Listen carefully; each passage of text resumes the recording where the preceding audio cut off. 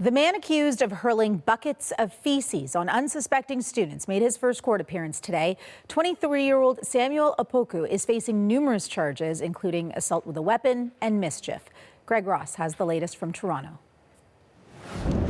Samuel Opoku was here for a bail hearing after being arrested last night. As you know, this story has been reverberating around the university campuses where these attacks took place. And word of this hearing also spread very quickly. In fact, there were probably a couple of dozen university students who were here wanting to be in that courtroom this morning. They tell me they wanted to see what was going to happen.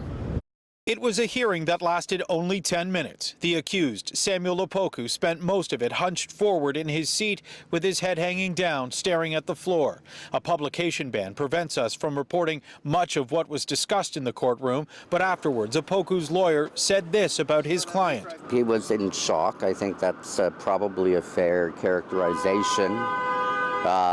Understandably, to say the least, it's not a pleasant situation to be sitting in a courtroom with the public scrutiny that he's currently having to endure. And it's obviously overwhelming, as it would be for anybody. Opoku is accused of 3 separate attacks. This video was captured in the aftermath of an attack Sunday night at York University. There were also attacks on Friday and Monday at the University of Toronto campus. In each case, unsuspecting students had what is believed to be feces dumped on them.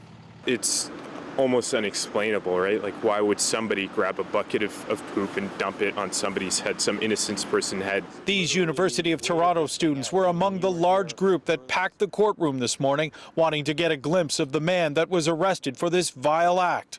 Why was it important for you to be here today? I think as students, we just really needed some closure and some explanations. Second-year law student Ruth Masuka says over the 5 days the attacks occurred, students felt unsafe on their own campuses. The aftermath of this, you can still feel it, but I think the fact that he is in custody kind of gives us like relief, like, oh, you know, there is something that happened out of this.